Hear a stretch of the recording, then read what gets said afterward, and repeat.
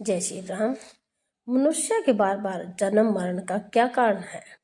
तो एक बार द्वारकानाथ श्री कृष्ण अपने महल में दातुन कर रहे थे, तो रुक्मिणी जी स्वयं अपने हाथों में जल लिए उनकी सेवा में खड़ी थी। अचानक द्वारपाल हंसने लगे। रुक्मिणी जी ने सोचा कि शायद मेरी सेवा में कोई गलती हो गई है, इसलिए द्वारकानाथ हंस रहे हैं। तो रुक्मिणी जी ने भगवान श्री कृष्ण से पूछा, प्रभु आप दातुन करते हुए अचानक इस तरह हंस क्यों पड़े? क्या मुझसे कोई गलती हो गई? कृपा आप मुझे अपने हंसने का कारण बताइए।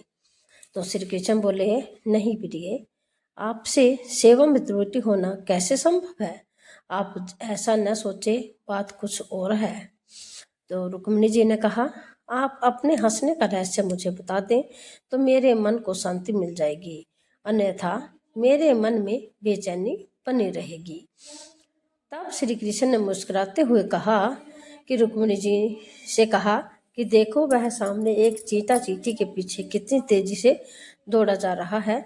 वह अपनी पूरी ताकत लगाकर चींटी का पीछा कर उसे पा लेना चाहता है। उसे देखकर मुझे अपनी माया शक्ति के प्रबलता का विचार करके हंसी आ गई। तो रुक्मिणी जी ने आश्चर्यचकित होते हुए कहा, वह कैसे प्रभु?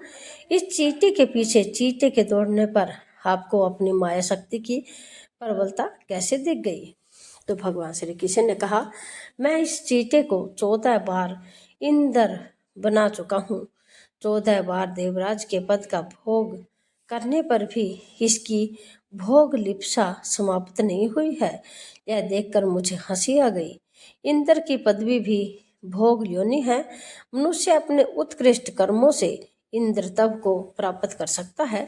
100 अश्वमेघ यज्ञ करने वाला व्यक्ति इंद्र पद प्राप्त कर लेता है। 100 अश्वमेघ यज्ञ करने पर वाला व्यक्ति इंद्र पद प्राप्त कर लेता है, लेकिन जब उसके भोग पूरे हो जाते हैं तो उन्हें पुनः पृथ्वी पर आकर जन्म ग्रहण करना पड़ता है।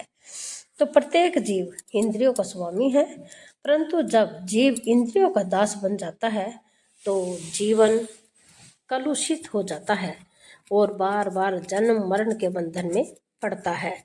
वासना ही पुनर्जन्म का कारण है।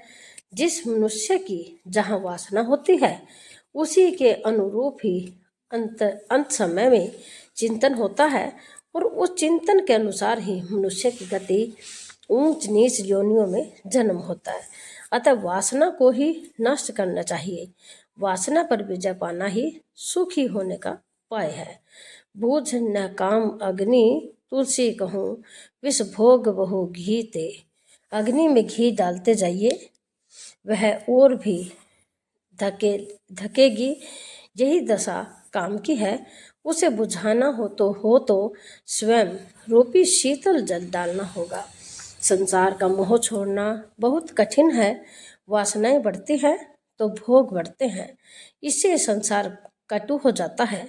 वासनाएं जब तक क्षीण न हो तब तक मुक्ति नहीं मिलती है। पुनर्जन्म का शरीर तो चला गया, परंतु पूर्व जन्म का मन नहीं गया। नास्ति त्रिशासम दुखम नास्ति त्यागसम सुखम, सर्वान कामान परित्यज्य ब्रह्मा भूयाय कल्पते। तृष्णा के समान कोई दुख नहीं है और त्याग के समान कोई सुख नहीं है।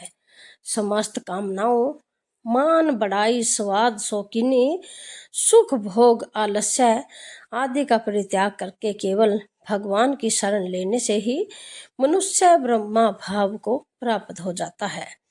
नहीं है भोग की वांछा, न दिल में लालसा धन की, प्यास दर्शन की भारी है, सफल कर आस को मेरी। जय श्री कृष्ण। राधे राधे।